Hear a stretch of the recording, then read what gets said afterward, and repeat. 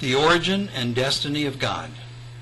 Science Inadvertently Gives New Insights by James H. Birch. Conversation 5. In the summation of all that we've considered, the existence of God depends on what you mean by God. Most scientists today will tell us that there is no such thing as miracles, and no exception to natural laws. This stipulates that the meaning of miracle is that it is outside natural law. A good theologian must agree. Yet Stephen Hawking and Leonard Mlodinow in The Grand Design, after all their groundbreaking brilliance, tell themselves, and they sell us somewhat short when they conclude this, quote, "The fact that we human beings, who are ourselves mere collections of fundamental particles of nature, have been able to come this close to an understanding of the laws governing us in our universe is a great triumph." A great triumph? Well, yes, and it's a lot more than that as well.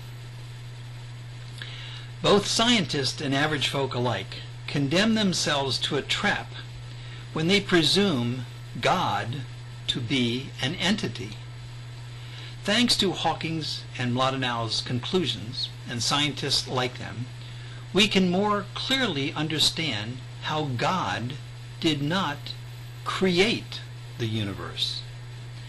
Creation personifies God, makes God in our image and likeness, as if God, tired of other activities, wondered what to do next, decided to create a/many universes, and came up with his plan.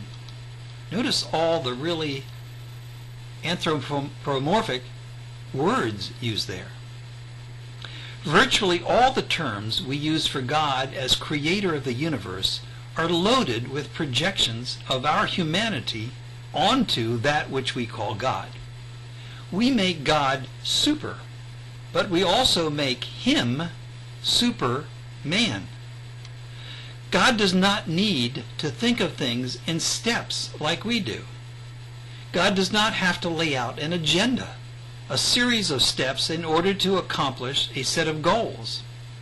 God did not arrive at some sort of conclusion regarding whether or not to create that which we know to be. God did not methodically go about anything.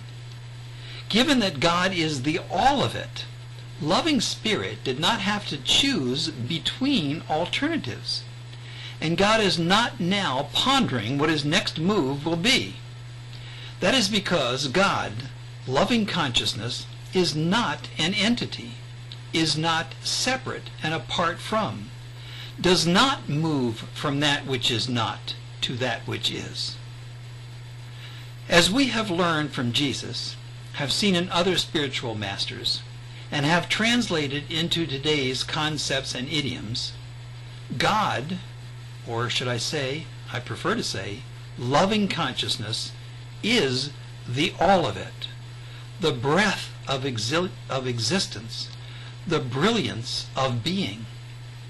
God is that which is no that, which breathes out, emanates, sloughs off, radiates, gives rise to, pushes out, sends as reflection, palely manifests itself as this universe and all other possible universes which may exist beyond our comprehension. In this better understanding here, in this deepest meaning and teaching of Jesus, there is no creator from the spiritual perspective as well as from the scientific perspective. There is only that which is, moving and loving consciousness, manifesting itself as all that we can observe and comprehend, and undoubtedly a lot more than that as well. The universe, then, is not a creation of God, but a manifestation of God, an emanation of God. The brilliance of loving consciousness simply exudes the universe as a reflection of the reflector. God is loving consciousness radiating itself. The physical universe is an expression of that loving consciousness. Many thanks to the scientists who have given rise to that insight. And so we are given a whole new and more beautiful way of looking at what we have called God. It leads us to more questions, of course. If you want to follow up on this trajectory of thought, and if your next set of questions is where do you fit into all this, where your eternal home is, where the source of your existence resides, then please consider my other conversational course entitled Heaven. Everybody wants to go there, but nobody knows what it is until now.